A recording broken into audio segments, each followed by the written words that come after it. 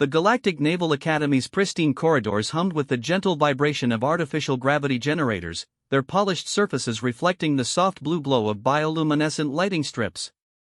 Cadet Elena Vasquez adjusted her regulation uniform for the third time that morning, the fabric feeling strange against her human skin compared to the adaptive biosuits worn by her alien classmates.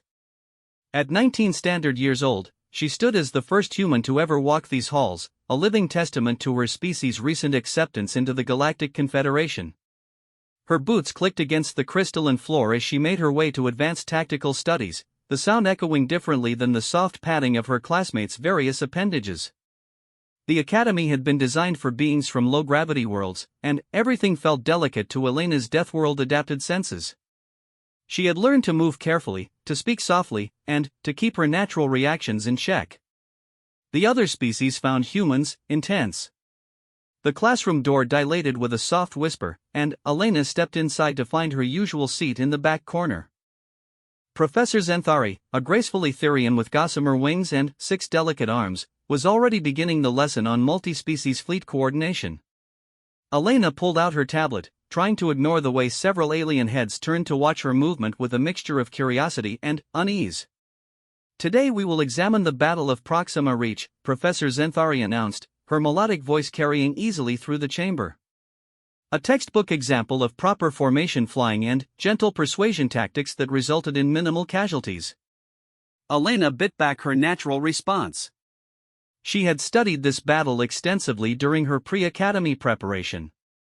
The Confederation forces had taken 47% casualties because they refused to adapt their tactics when facing an aggressive enemy.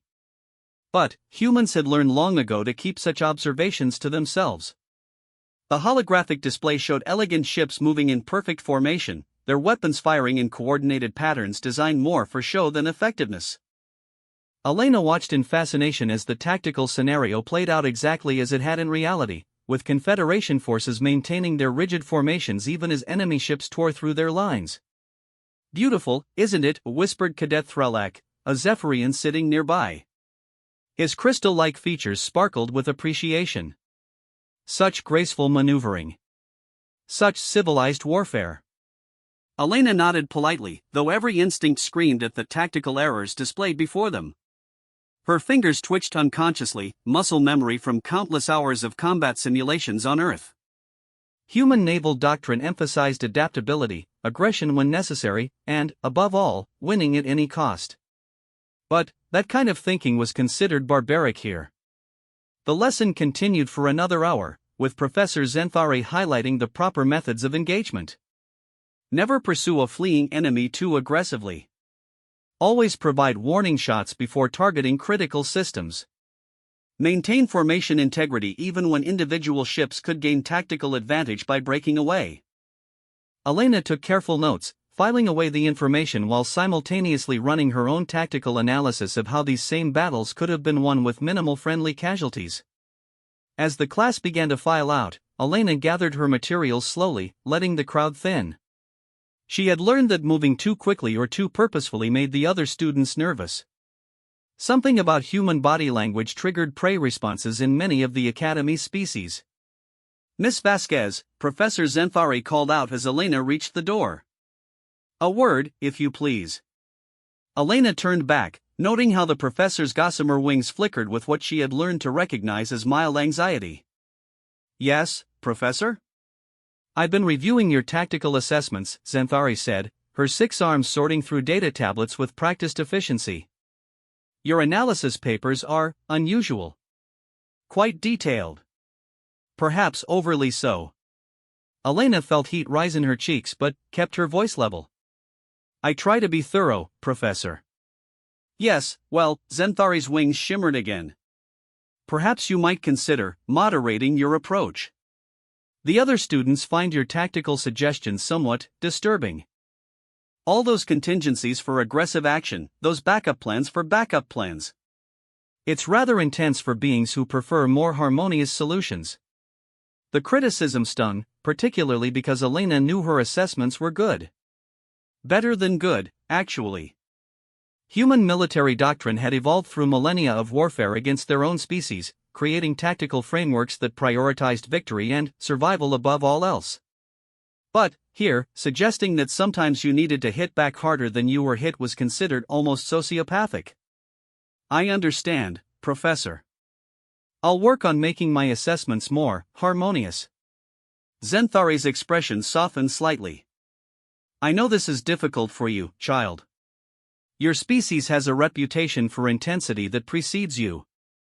But, the Academy is a place of learning and growth. We're all here to become better beings, not just better warriors. Elena nodded and excused herself, stepping back into the corridor with mixed feelings. She understood the professor's position, but it frustrated her to constantly hold back her natural analytical abilities. Humans had earned their place in the Confederation through superior tactical thinking during the border wars, yet now she was being asked to suppress those very same qualities that made her species valuable. The walk to her next class took her through the central courtyard, where she could see the Academy's famous memorial garden through the transparent aluminum walls. Thousands of crystalline markers stood in perfect rows, each one representing a Confederation officer who had died in service. The garden was beautiful and peaceful, designed to inspire reflection on the cost of conflict. Elena paused, studying the markers through the wall. She wondered how many of those deaths could have been prevented with more aggressive tactics, with commanders willing to take calculated risks instead of following doctrine blindly. But such thoughts were considered disrespectful here, where the emphasis was always on the nobility of sacrifice rather than the pragmatism of survival. Admiring our memorial, a voice asked behind her. Elena turned to find 3 upper-year cadets approaching. She recognized them from around the academy but had never been formally introduced. The speaker was Cadet Lieutenant Vexthan, a Saurian whose scaled hide showed the blue-green coloration that indicated high social standing among his people. Flanking him were Cadet Mortel, a hulking Bavidian whose bovine features were set in what Elena had learned to recognize as their version of a sneer, and Cadet Zilith, an insectoid whose compound eyes reflected the corridor lighting in an unsettling manner. It's very moving, Elena replied carefully. She had learned to be cautious around groups of upper-year cadets.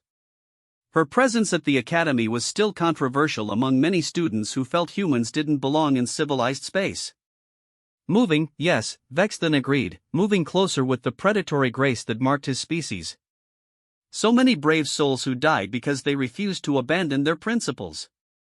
They could have won their battles easily if they had simply embraced the barbarian tactics of lesser species. Elena felt her jaw clench but kept her expression neutral. I'm sure they all served with honor. Honor, Mortel rumbled, his massive frame casting a shadow over Elena. An interesting concept.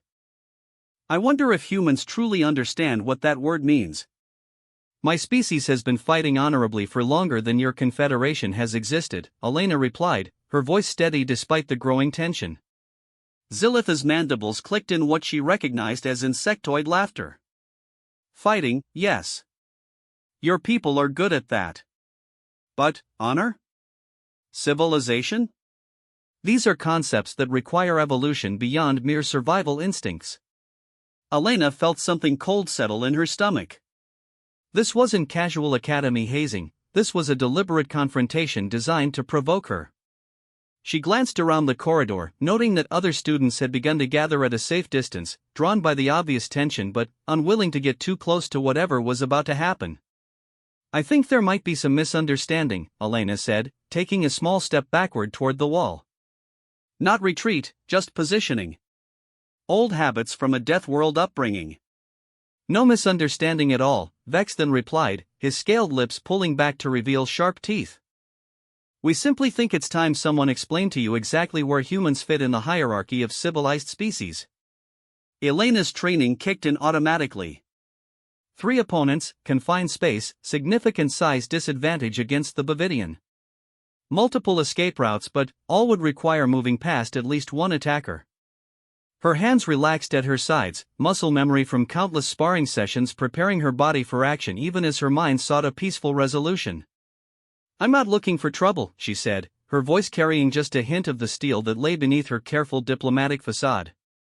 Of course you're not, Mortel laughed, a sound like grinding stones. Deathworlders never look for trouble. It simply follows you wherever you go, doesn't it?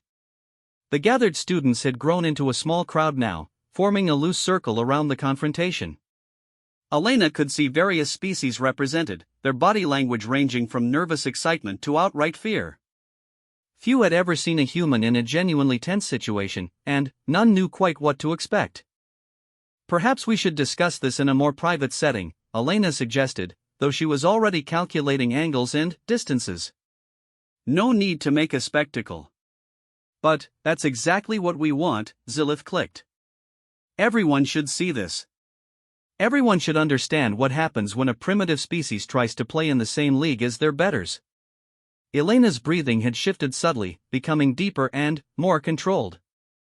Her heart rate was increasing, but not with fear. Human physiology was designed for exactly this kind of situation, and her body was preparing itself for violence with biochemical precision that would have alarmed the other species if they had understood what was happening. "Last chance to walk away," she said quietly. Vexthan's eyes glittered with malicious amusement. "Is that a threat, Deathworlder? Are you going to show us all that famous human aggression we've heard so much about?" Elena's smile was razor-thin and completely devoid of warmth. "No threat. Just friendly advice." The Saurian lunged first, his natural speed impressive by Confederation standards but sluggish compared to what Elena had trained against on Earth. Her response was instinctive, a fluid sidestep that carried her away from his grasping claws while simultaneously positioning her for a counterattack. But, instead of striking, she simply stared at him, her dark eyes holding his with an intensity that made him falter mid-motion. Mortel charged next, his massive bulk intended to overwhelm through sheer size and strength. But, as he approached, Elena's gaze shifted to him, and something in her expression made him stumble. Her eyes held the cold, calculating look of a predator sizing up prey, and every instinct in his herbivorous ancestry screamed warnings that his civilized mind couldn't fully process. Zilith attacked from her blind spot, mandibles spread wide to inject paralytic venom. But Elena was already turning, her movement economical and precise, and, when their eyes met, the insectoid froze completely. Those human eyes held depths of potential violence that her compound vision could process in terrifying detail, showing her exactly how many different ways the smaller being could end her existence. For a long moment, the corridor was absolutely silent. 6 more cadets had been moving to join the confrontation, but they too had stopped, held in place by the simple act of Elena looking at them. Not glaring, not threatening, just looking. But, in that gaze was the accumulated wisdom of a species that had clawed its way to the top of a death-world food chain through intelligence, determination, and an absolute refusal to back down from a fight. Elena stood perfectly still in the center of the circle, her breathing calm and controlled, her posture relaxed but ready. 9 alien cadets surrounded her, all frozen by the simple realization that they were not, in fact, at the top of their respective food chains. The human's eyes moved from face to face, cataloging weaknesses, calculating angles, planning responses to attacks that hadn't even been launched yet. "Anybody else?" Elena asked quietly. The silence stretched on for nearly a full minute before Vexthan, his scales now showing the pale coloration that indicated fear among his people, slowly backed away. One by one, the other cadets followed suit, creating a wider and wider circle until they began to disperse entirely. Elena remained motionless until the corridor was empty except for her and a handful of first-year students who had witnessed the entire exchange from a safe distance. Only then did she relax, rolling her shoulders to release tension she hadn't even realized she was carrying. Professor Zenthari appeared at her elbow so suddenly that Elena nearly jumped. "That was illuminating," the Etherian said, her wings trembling slightly. "I didn't start anything," Elena said carefully. "No, you certainly didn't. But you finished it quite effectively." Zenthari studied Elena with new eyes, seeing past the carefully maintained facade of civilized behavior to the steel beneath. "Perhaps I owe your species an apology. I've been so focused on teaching you to be less intense that I failed to appreciate why that intensity exists in the first place." Elena looked at her professor with surprise. "Ma'am?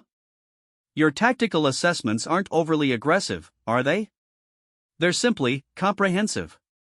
Your species learned long ago that half measures in warfare lead to unnecessary casualties." Zenthari's expression was thoughtful.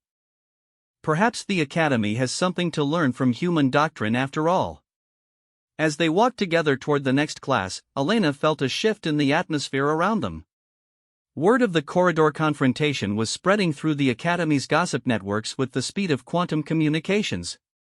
But, instead of the negative attention she had expected, she found herself receiving nods of respect from students who had previously ignored her existence. The rest of the day passed uneventfully, but Elena could feel eyes on her wherever she went. Not the nervous, fearful glances she had grown accustomed to, but something different. Something that looked suspiciously like respect, tinged with a healthy dose of wariness. That evening, as she sat in her quarters reviewing the day's lessons, Elena reflected on what had happened. She hadn't thrown a single punch, hadn't raised her voice, hadn't even made an explicitly threatening gesture. But, somehow, simply by being herself, by allowing her natural intensity to show through the carefully constructed mask of diplomatic politeness, she had fundamentally changed how the Academy's population viewed both her and her species. Her communication tablet chimed with an incoming message from Earth. Elena smiled as she saw it was from her old combat instructor, Major Rodriguez. "Heard through the grapevine that you've been making waves at the Academy," the message read. "Remember what I always told you, Vasquez, sometimes the best fight is the one you don't have to finish. Sounds like you're learning that lesson well. Keep making us proud, and don't let them convince you to be less than what you are. The galaxy needs humans who remember where they came from." Elena set the tablet aside and looked out her window at the stars beyond. Somewhere out there, humanity's newest colony ships were pushing further into unexplored space, carrying with them the same indomitable spirit that had allowed their species to survive and thrive on one of the galaxy's most dangerous worlds. Tomorrow would bring new challenges, new lessons, and undoubtedly new tests of her resolve. But tonight, for the first time since arriving at the Academy, Elena Vasquez felt like she truly belonged here. Not as a tamed version of humanity, but as exactly what she was, a daughter of Earth, carrying the strength and determination of her people into a galaxy that was only beginning to understand what that really meant. Elena woke before her alarm, a habit ingrained by years of military-style education on Earth. The Academy's artificial dawn was just beginning to filter through her quarters viewport, painting the stars in soft pastels that would have been beautiful if they hadn't reminded her how far she was from home. 3 weeks had passed since the corridor incident, and the change in her daily life had been remarkable. Where once she had walked through empty hallways with only nervous glances following her movement, now she found herself part of an unexpected social ecosystem. Younger cadets sought her advice on tactical exercises, middle-year students included her in study groups, and even some of the upper-year cadets who had previously ignored her existence now offered respectful nods when their paths crossed. The morning schedule showed advanced fleet dynamics with Commander Kriltaith, a class that had become both her favorite and most challenging. The tentacled commander from Oceana Prime had initially viewed Elena with the same skeptical wariness as most faculty, but their relationship had evolved into something approaching mutual respect as Elena's tactical insights proved consistently valuable. Elena dressed quickly in her regulation uniform, noting that the fabric no longer felt quite so strange against her skin. Adaptation was something humans excelled at, even when they didn't realize they were doing it. She grabbed her study materials and headed for the mess hall, where the morning ritual of interspecies dining played out in its usual careful choreography. The mess hall hummed with quiet conversation in dozens of languages, the universal translators creating a subtle echo effect that Elena had learned to filter out. She collected her meal, a carefully balanced combination of nutrients designed to sustain a human metabolism while accommodating the dietary restrictions imposed by sharing facilities with herbivorous species, and looked for an empty table. Elena called a familiar voice. She turned to see Cadet Thys Era, a young Aquarian whose translucent blue skin showed her excitement through shifting color patterns. "Come sit with us." Elena approached the table where Thys Era sat with 3 other first-year cadets, Gencol, a crystalline silicate whose body structure resembled living rock, Piptel, a small mammalian furrian with large eyes and soft gray fur, and, surprisingly, Cadet Vorthake, one of the Saurians who had been present during the corridor incident but hadn't participated in the actual confrontation. "Good morning," Elena said, settling into her chair with the controlled movement that had become second nature. "How did everyone do on Commander Eilidhi's engineering exam yesterday?" The conversation that followed was easy and natural, a far cry from the stilted interactions Elena had experienced during her first months at the academy. She found herself genuinely enjoying the exchange of ideas and perspectives that her tablemates brought to their discussions. Jen Cole's mathematical approach to tactical problems complemented HFY Stories' intuitive understanding of three-dimensional movement, while Piptel's attention to detail and Vorthek's strategic thinking created a dynamic that enhanced all their studies. Elena, Vorthek said during a pause in the conversation, his scaled features showing the color patterns that indicated serious consideration among his people. I wanted to thank you for what happened with Vexthan and his friends. They've been targeting several of us first years for weeks, and, after they learned to leave you alone, they stopped bothering everyone else too. Elena felt a slight flush of pride, though she kept her expression neutral. I didn't do anything special. Just stood my ground. But, that's exactly it, HFY interjected, her skin shifting to excited silver patterns. None of us really understood what that meant until we saw you do it. We all learned to back down, to avoid confrontation, to seek diplomatic solutions even when the other party wasn't interested in diplomacy. But, sometimes, you need to show that you won't be pushed around. Piptel nodded enthusiastically, her large ears twitching with excitement. My people have a saying, the tree that bends survives the storm. But, watching you made me realize that sometimes, being the tree that doesn't bend makes the storm go around you instead. Elena considered this as she finished her meal. These young cadets were learning lessons about strength and determination that their homeworlds had never taught them. Most Confederation species had evolved on gentle worlds with abundant resources and minimal predation. The concept of standing firm in the face of aggression was foreign to their cultural development. Just remember, Elena said carefully, there's a difference between standing your ground and looking for a fight. The goal should always be to avoid violence if possible, but to be ready for it if necessary. As they prepared to leave for morning classes, Elena noticed that their conversation had drawn attention from other tables. Not the nervous, fearful attention she had grown used to, but something more positive. Several groups of cadets were looking at her table with what appeared to be envy. As if they wished they could be part of the dynamic that had developed between Elena and her study group. The walk to Advanced Fleet Dynamics took them through the Academy's Tactical Simulation Center, where Elena could see upper-year cadets running complex battle scenarios in holographic environments. Through the transparent walls, she watched a team of fourth-year students struggling with a pincer movement that should have been straightforward to counter. They're going to lose their command ship, she murmured, almost to herself. What? HFY asked, following Elena's gaze to the simulation. Elena pointed to the holographic display. Blue team is maintaining formation integrity instead of adapting to the tactical situation. See how their command vessel is staying in the center of their formation? Red team is using that predictability to execute a coordinated strike that will take out their command and control capability. As they watched, events played out exactly as Elena had predicted. The blue team's rigid adherence to standard formation doctrine allowed their opponents to eliminate their flagship with a precisely timed assault that exploited their predictable positioning. How did you see that so quickly? Jen Cole asked, his crystalline features reflecting amazement. Pattern recognition, Elena replied. Human naval doctrine emphasizes adaptive thinking and tactical flexibility. When I see a formation that rigid against an aggressive opponent, the outcome becomes pretty predictable. Vorthek studied the now completed simulation with new eyes. At home, we're taught that maintaining formation discipline is the highest virtue in fleet combat.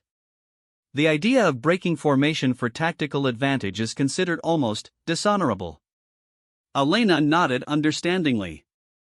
Different worlds, different solutions. But, the galaxy is a big place, and not everyone follows the same rules of engagement. Sometimes you need to be ready to adapt your tactics to match your opponent's approach.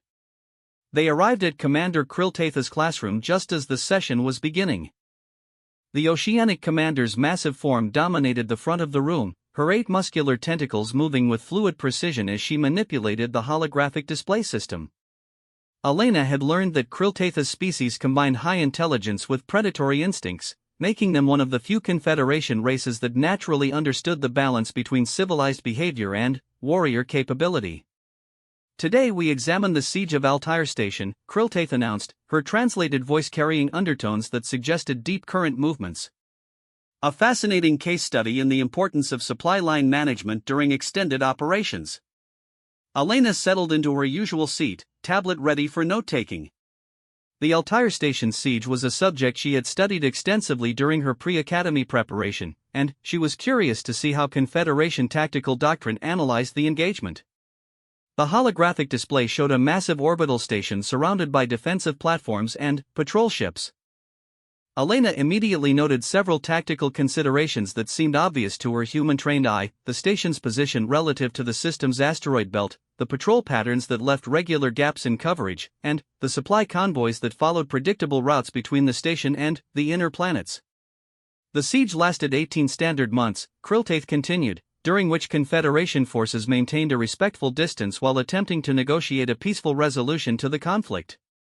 Elena felt her eyebrows rise slightly. 18 months? The tactical situation displayed on the hologram could have been resolved in weeks with proper application of strategic pressure and tactical innovation.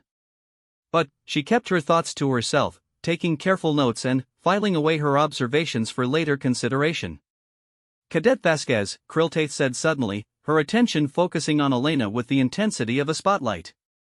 Your species has recent experience with siege warfare. What insights might human doctrine offer regarding this situation? Elena felt every eye in the classroom turn toward her. This was the kind of moment she had learned to navigate carefully, an opportunity to share her perspective without appearing to criticize Confederation methods. Human doctrine would emphasize disrupting supply lines and communications, she said carefully. The station's position appears vulnerable to harassment of its supply convoys, and the asteroid belt could provide cover for small unit operations designed to pressure the defenders without requiring direct assault. Interesting, Krilltaith mused, her tentacles shifting in patterns that Elena had learned indicated deep thought. And how long would such operations take to achieve resolution? Elena considered her words carefully. Properly executed? Probably 6 to 8 weeks to force negotiations. Maybe 12 if the defenders proved particularly determined. A murmur ran through the classroom. The idea of resolving an 18-month siege in less than 3 months clearly struck many students as either impossible or unethically aggressive. But what about civilian casualties? Asked Cadet Morleth, a Pacifican whose species had never engaged in warfare. What about the moral implications of deliberately causing suffering to force surrender? Elena had been expecting this question. Human doctrine emphasizes ending conflicts quickly to minimize total casualties. A siege that lasts 18 months causes more suffering than one that ends in 2 months, even if the shorter siege involves more intense action. The goal is to minimize overall harm while achieving strategic objectives. Commander Krilltaith's tentacles moved in what Elena had learned to recognize as approval. An interesting perspective. Often, attempts to minimize immediate violence can lead to greater suffering over extended periods. The discussion that followed was more animated than usual, with students from various species offering their cultural perspectives on the balance between immediate action and long-term consequences. Elena found herself engaged in genuine debate with classmates who challenged her assumptions while respecting her right to hold them. After class, as students filed out of the room, Commander Krilltaith gestured for Elena to remain behind. Your analysis was quite insightful, the commander said, her translated voice carrying undertones of deep ocean currents.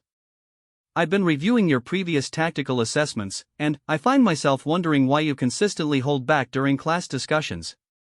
Elena felt heat rise in her cheeks. I don't want to appear confrontational or disrespectful of Confederation doctrine. Krilltaith's tentacles moved in complex patterns as she considered this. Tell me, Cadet, what do you think would have happened if humans had approached the border wars using traditional Confederation tactics? The question was direct and pointed. Elena knew that Commander Krilltaith understood exactly how the border wars had been resolved, and what role human tactical innovation had played in ending a conflict that had stalemated for decades. We would have lost, Elena said simply. Probably within the first year. Yes, you would have. Kriltatha's agreement was matter of fact. Your species succeeded where the Confederation had failed precisely because you were willing to think beyond traditional tactical frameworks. So why, now that you're here as our student, are you so reluctant to share those same innovative approaches? Elena stared at her commander, realizing that she had been making a fundamental error in her approach to academy life. She had been so focused on fitting in, on proving that humans could be civilized and diplomatic, that she had been suppressing the very qualities that made her valuable to the Confederation in the first place. I suppose, Elena said slowly, I've been trying so hard to prove that humans aren't dangerous that I forgot we're supposed to be useful. Kriltatha's tentacles shifted into what Elena had learned was her species' equivalent of a smile. Danger and usefulness are not mutually exclusive concepts, Cadet. The galaxy is a vast and, often hostile place, and the Confederation benefits from having members who understand how to navigate that hostility effectively. As Elena left the classroom, she carried with her a new understanding of her role at the Academy. She wasn't here to become less human, she was here to learn how to be human in a galactic context.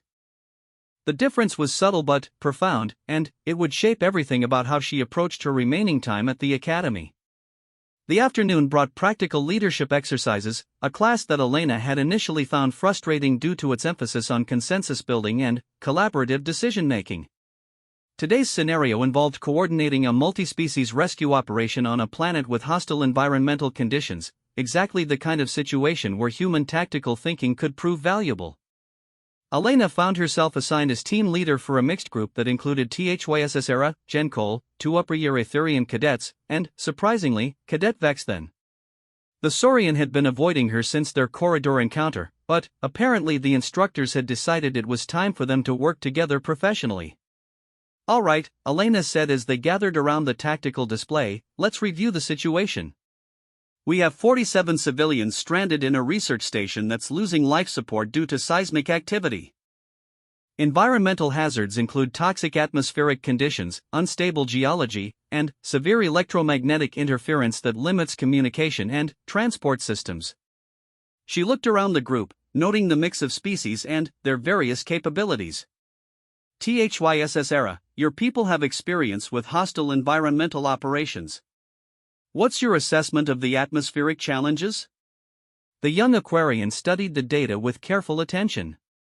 The toxic compounds would require sealed environmental suits for most species, but the electromagnetic interference is going to be our biggest problem. Standard transport systems won't function reliably. Elena nodded and turned to Gen Cole. Your crystalline structure gives you natural resistance to both toxic atmosphere and electromagnetic interference. Could your people operate in that environment without protection? For limited periods, yes, Gen Cole replied, his rocky features showing consideration. But we're slow-moving compared to most species. Rescue operations would take significantly longer. Elena was building a tactical picture in her mind, weighing capabilities against limitations and looking for creative solutions that played to each team member's strengths. It was exactly the kind of multi-dimensional problem-solving that humans excelled at, and she found herself enjoying the challenge. Here's what I'm thinking, she said, her confidence growing as the plan took shape.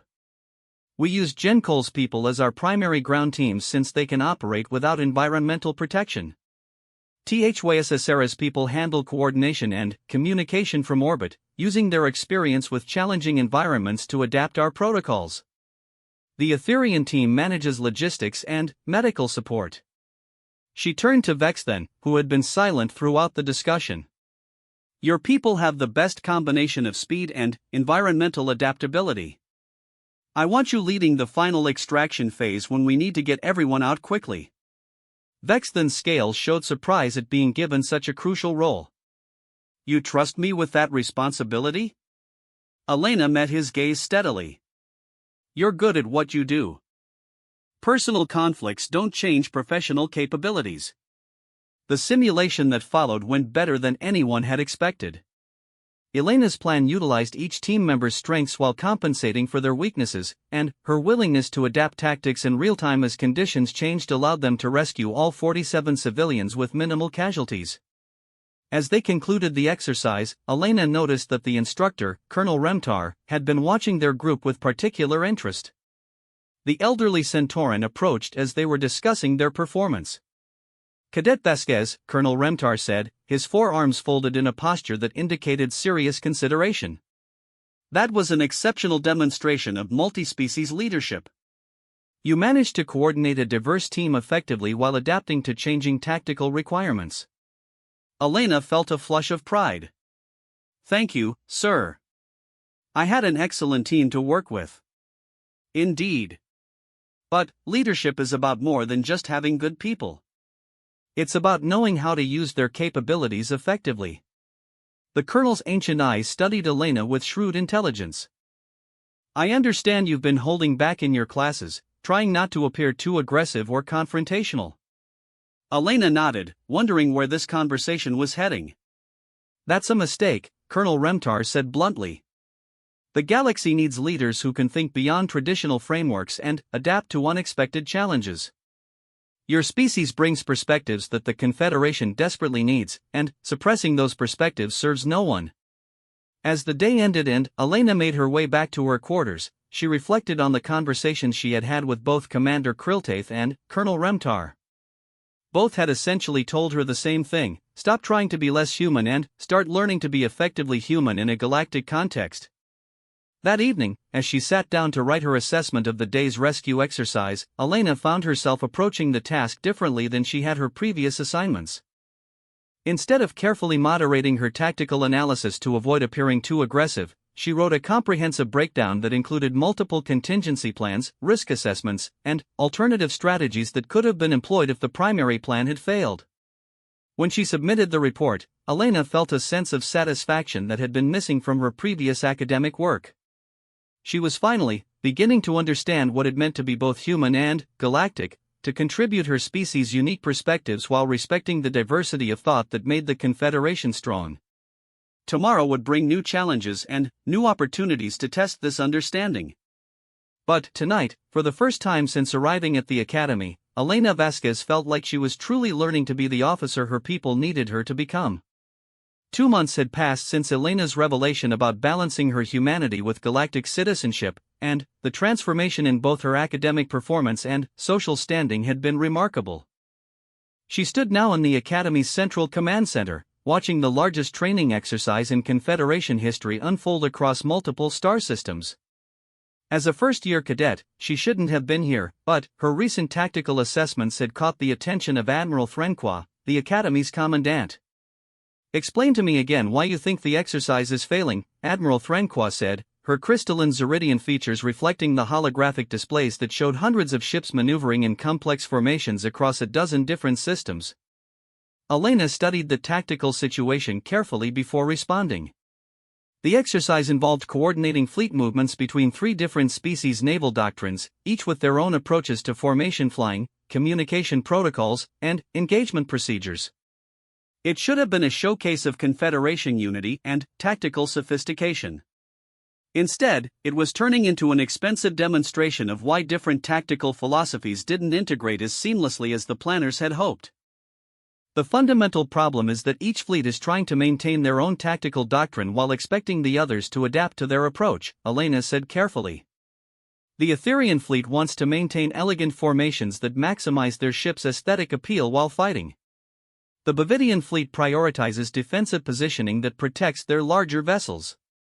The Zephyrian fleet emphasizes speed and mobility over firepower or protection. She paused, organizing her thoughts before continuing.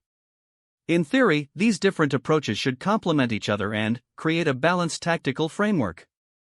In practice, they're creating coordination problems that make the entire fleet less effective than any of the individual components would be on their own. Admiral Threnqua's crystalline features shifted slightly, a sign that Elena had learned indicated serious consideration. And how would human doctrine approach this coordination challenge? Elena felt the familiar tension between diplomatic caution and honest analysis. But the lessons of the past months had taught her that her value lay in providing genuine insight, not in telling people what they wanted to hear. Human doctrine would establish a unified command structure with standardized communication protocols and flexible tactical frameworks that allow individual species to contribute their strengths while adhering to overall strategic objectives, she said. We'd probably assign each fleet specific roles based on their natural capabilities rather than trying to make them all do the same things in the same way. The Admiral's attention focused on Elena with laser intensity. Show me. Elena moved to the tactical display console, her fingers dancing across the controls as she began repositioning the various fleet elements. Etherian ships have superior sensory capabilities and communication systems, so they become your reconnaissance and coordination specialists. Bavidian vessels are heavily armored and well-armed, making them ideal for anchor positions and defensive operations. Zephyrian ships are fast and maneuverable, perfect for flanking actions and rapid response roles. As she spoke, Elena began moving the holographic ship representations into new formations that played to each species' strengths while creating overlapping fields of mutual support. The elegant chaos of three separate tactical doctrines began to resolve into something that looked like a unified battle plan. Instead of trying to make everyone conform to the same tactical approach, you create a framework that lets each group do what they do best while supporting the overall mission objectives, Elena continued, her confidence growing as the tactical picture became clearer. The Etherian ships provide long-range sensing and communication relay for the entire fleet. The Bavidian ships anchor strong defensive positions that the lighter vessels can fall back to if needed. The Zephyrian ships exploit gaps and opportunities that the other fleet's actions create. Admiral Threnqua studied Elena's proposed formation for several long minutes. And command structure? How do you coordinate three different species with three different approaches to military hierarchy? Elena had anticipated this question. You establish clear mission parameters and delegate tactical execution to each fleet's natural command structure, with regular communication checkpoints and predetermined contingency protocols. Each fleet commander retains authority over their own ships but operates within the framework of overall strategic objectives. The Admiral's features shifted again, this time in what Elena had learned to recognize as approval. Implement it. Elena stared at her. Ma'am? You heard me, Cadet. Transmit your tactical recommendations to the exercise commanders and see if your theory works in practice. Elena felt her heart rate spike as she realized the Admiral was serious. This wasn't a theoretical discussion or a classroom exercise, she was being asked to intervene in a live training operation involving thousands of personnel and ships worth billions of credits. Admiral, I'm just a first-year cadet, Elena said, though her hands were already moving toward the communication controls. You're also the only person in this command center who seems to understand what's going wrong and how to fix it, Admiral Threnqua replied. Stop second-guessing yourself and start acting like the officer you're training to become. Elena took a deep breath and opened a priority communication channel to the exercise commanders. Fleet Command, this is Academy Command Center with updated tactical recommendations. The response came back immediately. Academy Command, this is Admiral Korthal commanding Exercise Fleet Alpha. We're monitoring significant coordination difficulties and would welcome any suggestions you might have. Elena looked at Admiral Threnqua, who gestured for her to continue. Admiral Korthal, recommend immediate reorganization of fleet structure based on species-specific tactical capabilities rather than integrated formation doctrine. Transmitting detailed recommendations now. Over the next hour, Elena found herself in direct communication with flag officers from 3 different species, explaining her tactical framework and helping them adapt their formations to the new paradigm. The transformation was gradual but unmistakable as the exercise fleets began operating with a coordination and effectiveness that had been missing from their previous efforts. Remarkable, Admiral Threnqua murmured as they watched the repositioned fleets successfully complete a complex multi-system maneuver that had failed twice under the original tactical plan. Your approach is working better than our planning staff predicted. Elena felt a surge of pride mixed with nervous energy. The principles are sound, Admiral. Human military doctrine has always emphasized adaptability and tactical flexibility because we learned early that rigid doctrine gets people killed when you encounter unexpected situations. And, yet, the Admiral observed, you spent your first months here trying to suppress those same principles. Elena nodded, feeling slightly embarrassed. I thought I was supposed to learn to be more like everyone else. It took me a while to understand that the goal was to learn to be effectively human in a galactic context. Their conversation was interrupted by an incoming priority communication from the exercise fleets. Admiral Corthal's image appeared on the main display, his tentacled features showing obvious excitement. Admiral Francois, I wanted to personally thank whoever developed these tactical recommendations, he said. We've just completed the most successful multi-species coordination exercise in Confederation history. The new formation framework allowed each fleet to contribute their maximum capability while maintaining overall unity of command and purpose. Elena felt her cheeks flush as Admiral Francois gestured toward her. Admiral Corthal, meet Cadet Elena Vasquez, the architect of your successful exercise. The expression on Admiral Corthal's face was priceless, a mixture of surprise, respect, and complete bewilderment that a first-year cadet had solved a problem that had stumped the Confederation's senior tactical planners. Cadet Vasquez, he said finally, I look forward to seeing what you accomplish as your training progresses. If this is the quality of thinking we can expect from human officers, the Confederation is fortunate indeed to have your species among our members. After the communication ended, Elena found herself surrounded by the command center's senior staff, all eager to discuss the tactical innovations she had implemented. The conversation that followed was unlike anything she had experienced during her time at the academy. She was being treated not as a student trying to learn alien ways of thinking, but as a colleague whose insights were genuinely valuable. Commander Yeltar, the Academy's senior tactical instructor, studied Elena with new respect. Cadet, I've been reviewing your previous assessments, and I realize we may have been making a fundamental error in how we evaluate human tactical thinking. Elena raised an eyebrow. How so, sir? We've been treating your aggressive tactical suggestions as character flaws that needed to be moderated rather than capabilities that needed to be properly channeled, he explained. Your species didn't earn a place in the Confederation by learning to think like us, you earned it by thinking better than us in certain critical areas. Admiral Francois nodded agreement. The question now becomes how we adjust our training programs to properly develop human tactical capabilities while still teaching the diplomatic and cultural skills necessary for effective service in a multi-species organization. Elena felt a shift in her understanding of her role at the Academy. She wasn't here to become a diminished version of herself that fit better with alien sensibilities, she was here to learn how to be maximally effective as a human serving in a galactic context. Admiral, Elena said carefully, what if the answer isn't to change human cadets to fit existing programs, but to develop new programs that take advantage of what humans bring to the table? The silence that followed was profound. Elena realized she had just suggested a fundamental revision of how the Academy approached training, not just for humans but potentially for all species who brought unique capabilities that didn't fit traditional Confederation models. Explain, Admiral Francois said simply.